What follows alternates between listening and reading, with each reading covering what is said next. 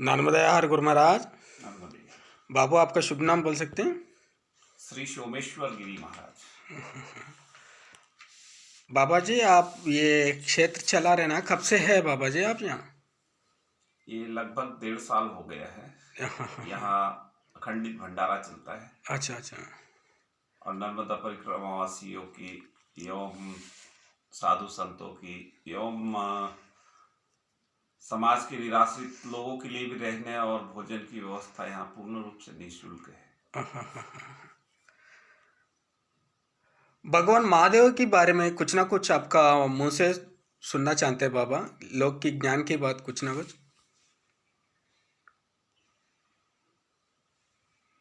भोलेनाथ जी अनादिकाल में स्वयं यहाँ इस डिमडिमेश्वर महादेव में आए हुए थे।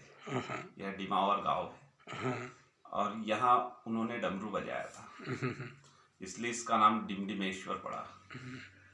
अभी इसको सुधार के डिमावर कर दिया गया, मगर इस गांव का अनादिकाल में नाम डिमडिमेश्वर था। और हम कामाख्या जी से हैं, हम भगवती के साधक हैं। हम घूमने आए थे नर्मदा खंड में, मगर देखा कि इस क्षेत्र में 8-10 किलोमीटर के बीच में परिक्रमा वासियों के लिए उतना अच्छी व्यवस्था कहीं नहीं थी, इसलिए इसका निर्माण किया गया और किसी भी परिक्रमा वासी को असुविधा ना हो, इसलिए ये स्थान बनाया गया। बाबा एक साधक कलयुग में भगवान कुछ ना कुछ प्राप्ति करना बोले तो कैसे नियम से भजन करना है? देखिए, ईश्वर को प्राप्त करने के लिए या ईश्वर का सानिध्य प्राप्त करने के लिए सबसे सरल मार्ग है ध्यान। ध्यान के द्वारा ही ईश्वर को प्राप्त किया जा सकता है और ध्यान के साथ साथ जप, नाम जप, जो भी अपना गुरु प्रदत्त हो उसी में पूर्ण रूप से आस्था रख के अगर मनुष्य आगे बढ़ता है तो उसको अवश्य अपने लक्ष्य की प्राप्ति होती है। सनातन धर्म में मंत्र को क्या है बाबा? मंत्र कितना वेद से मंत्र है? एक गुरु मंत्र से लेने से एक साधक को क्या मिलता है? गुरु मंत्र मीन्स दीक्षा। दीक्षा मंत्र आजकल तो कई कथावाचकों ने दीक्षा का मतलब ही बदल दिया है। माइक पे भी दीक्षा हो जाती है। इवन हजारों लोग बैठे हैं, चलो जिस जो चॉइस है उस अनुसार मंत्र मिल जाता है। कृष्ण मंत्र ले लो, शिव मंत्र ले लो, हमने यहाँ से बोल। मगर दीक्षा सनातन को हम सनातनी ही नीचे ला रहे हैं। इस ब्रह्मांड का सबसे बड़ा धर्म है सनातन, मगर कहीं ना कहीं हम लोग उससे दूर होते जा रहे हैं और इसके पीछे हमारे जो कथा वक्ता लोग हैं, अन्य कई महात्मा लोग भी हैं जो सामूहिक दीक्षा का मतलब है गुरु के द्वारा शिष्य के शरीर में एक शक्तिपात करना।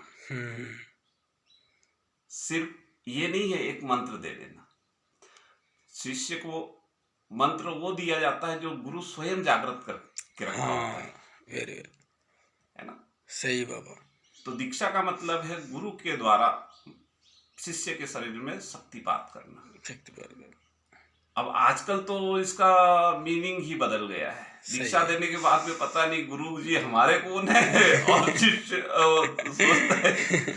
कौन है। ठीक जैसे गुरु और शिष्य का रिश्ता ऐसा है जैसे एक पुत्र और पिता का। जैसे पिता अपने पुत्र की हर इच्छा को पूरा करता है और उसको श्रेष्ठ से श्रेष्ठ मार्ग पे चलने के लिए अग्रसर करता है। सेम उसी प्रकार गुरु का कर्तव्य होता है। गुरु बोले तो निर्देशक है। गुरु बोले तो निर्देशक है, अपने को रास्ता बताने वाले ये गुरु है। हाँ, बापू आप कामाख्या की साधक बोले ना, कामाख्या बोले तो बहुत बड़ा शक्तिपीठ है। कामाख्या काली के बारे में आपका मुँह से कुछ ना कुछ सुनना जानते हैं बाबा? माँ भगवती का अभी इस समय में, वर्तमान कलयुग में, जो 52 शक्तिपीठ है उसमें से सर्वश्रेष्ठ कामाख्या है। कामाख्या। कामाख्या में माँ की योनि मंडल है, हाँ। जिससे 12 महीने निरंतर जल प्रवाहित होते रहता है। आद्रा नक्षत्र के प्रथम चरण में जैसे स्त्रियां रजस्वला होती है, सेम आद्रा नक्षत्र के प्रथम चरण में कामाख्या माई के प्रतिमा से भी रजोधर्म होता है। और उस समय आसाम के लगभग सारे मंदिर बंद होते हैं। हाँ। है ना। और उस समय इस ब्रह्मांड के जितने भगवती के साधक हैं लगभग सारे वहां आते हैं और अपने जप तप अनुष्ठान में लगे रहते हैं। बापू, सनातन धर्म में युगानुसार ज़्यादा से ज़्यादा बदल चुका है। ये कलयुग में जीना बोले तो भगवान की तरफ कैसा जा सकती है? ये मन बुद्धि शांति कैसी होती है?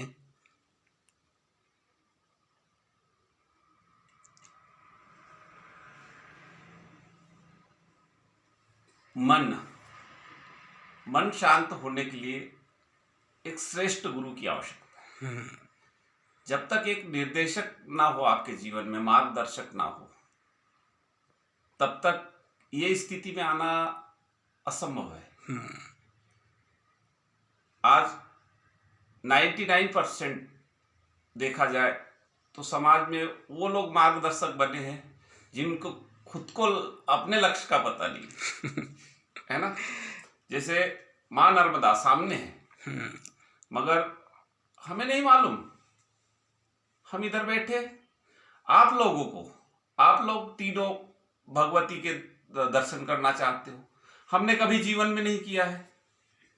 अब आपने सोचा कि बाबा जी बता देंगे सही रास्ता अपने को, तो हम माँ के पास पहुंच जाएंगे, है ना। सही। अब बाबा जी क्या करेंगे, जब खुद नहीं जानते तो बाबा जी ध्यान वगैरह करने का थोड़ा सा नौटंकी करते उसके बाद बोलते बेटा तुम इस रास्ते से निकल आओ। हाँ? अब पता चले जीवन भर बच्चा घूम रहा है, बता तो इधर है, बच्चा कहाँ से प्राप्त कर लेगा? सारा जीवन भटकते रह जाएगा, नर्मदा कभी प्राप्ति नहीं होती। सेम ऐसे ही आज का युवा भी भटक रहा है, सही मार्गदर्शक ना होने के कारण अपने लक्ष्य की ओर अग्रसर नहीं हो पा रहे। बिल्कुल बिल्कुल बाबा, एक कोई भी सनातन धर्म से जीने वाले पुराण से क्या लेना है? क्या है पुराण बोले तो क्या है? देखिए, वेद है, पुराण है, उपनिषद है, ये सब हमें एक सरल मार्ग से ईश्वर की प्राप्ति करने के रास्ते बताते हैं। बाकी अन्य कुछ नहीं है। कहीं ना कहीं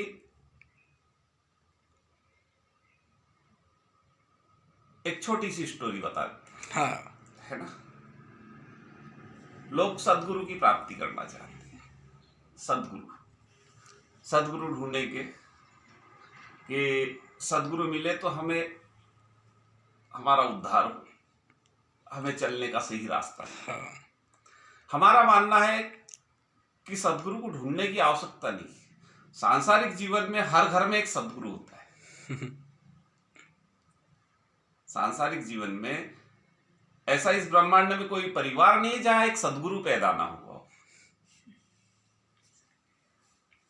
वो कैसे? हर घर में एक शिशु पैदा होता है। 1 साल का शिशु लीजिए आप, उसको देखिए, जब सुबह 4 से 5 बजे के बीच में बच्चा रो के उठता है। अब इधर सास कहेगी बच्चे को चुप कराओ, ससुर चिल्लाएगा, पति चिल्लाएगा कि बच्चा क्यों रो रहा है, मगर सिर्फ माँ जानती है कि बच्चा क्यों रो रहा है ना। सही। माँ जानती है कि बच्चे ने 9-10 बजे रात में दूध पिया था, इसलिए उसका पेट खाली, इसलिए चिल्ला है ना। सही। तो तत्काल माँ उसको स्तनपान करा के पेट भर देती है। भर कर दे। उसके बाद चूंकि वो गृहिणी है, हाँ उसको घर के भी काम करने हैं, सही। और बच्चा अब सोएगा नहीं, हाँ है ना, बच्चा तो उठ गया, अब सोएगा नहीं। ठीक उसके बाद गृहिणी क्या करती है कि एक चटाई डाल के स्पेस वाली जगह में और बच्चे को वहां छोड़ देती है और वो अपने घर के कामों में लग जाती है। सही। पर कुछ समय होता है, एक आध घंटा माँ से दूरी बन जाती है बच्चे की, तो फिर वो रोने लगता है। हाँ। तो माँ जानती है कि ये नाटक कर रहा है, पेट तो भरा हुआ है, हाँ। तो ये नाटक करता है। तो उस समय माँ क्या करती है कि 4 झुनझुने 4 खिलौने उसके पास लाके डाल देती है, बच्चा फिर से उनसे खेलने लग जाता है और गृहिणी अपना कार्य करने लगती है। सही। ठीक, मगर 1-2 घंटा खिलौनों के साथ खेलने के बाद अब चूंकि समय ज्यादा हो गया, माँ का और पुत्र का मिलन का समय ज्यादा लंबा हो गया, तो 3 और 4 घंटे के बाद में बच्चा बिलख के रो के उठता है, तो अपना मुंह लाल कर लेता है, हाथ पैर पूरे और सारे खिलौने फेंक देता है ना। हाँ। उस समय माँ माँ करके ऐसा चिल्लाता है कि उसको दादा पकड़े तो नोचेगा, दादी पकड़े तो नोचेगा, पापा पकड़े तो नोचेगा। ऐसे स्थिति में जब ये स्थिति पुत्र की आती है, तो उसकी माँ चाहे स्नान कर रही हो तो वो अधूरा छोड़ के बच्चे को ले लेगी, भोजन बना रही हो तो अधूरा छोड़ के बच्चे को ले लेगी। तत्काल माँ अपने बच्चे को 2 मिनट बिलखता हुआ नहीं देखती और माँ तत्काल अपनी गोदी में ले लेती। जरूरी। ठीक, सही। अब जगत जननी भी सेम ऐसा करती है। हाँ। अब जगत जननी क्या करती है, ठीक ये गृहिणी ने जो किया था, हाँ। हमारे खाने पीने की व्यवस्था कर रखी है उसने। सही। उसके बाद क्या हुआ कि दूसरा एक गृहिणी ने काम क्या किया, एक स्पेस वाली जगह में छोड़ दिया बच्चे को ताकि खेलता रहे। ठीक है, अब वो स्पेस वाली जगह, यहाँ वो बच्चा छोटा था, हम बच्चे बड़े हैं, इसलिए 5 एकड़ 10 एकड़ 20 एकड़ बच्चे खेलने लग गए संसार में। हाँ। उसके बाद फिर 30-35 की उम्र में जाता है व्यक्ति, फिर थोड़ा ध्यान ईश्वर की ओर जाता है, तो सेकंड स्टेप क्या की थी गृहिणी ने, 4 झुनझुने दे दिए थे। तो ठीक ये जगत जननी, बच्चे बड़े, खिलौने बड़े हो जाते हैं, झुनझुने बड़े हो जाते, कार आ जाती, बाइक आ जाती, ट्रैक्टर आ जाते, है ना, बच्चे फिर से खेलना चालू कर लेते। मगर जो थर्ड स्टेप उस बच्चे ने ली थी, कि पिता को भी लात मार दी, दादा दादी को भी लात मार दी, खिलौने को भी लात मार दी,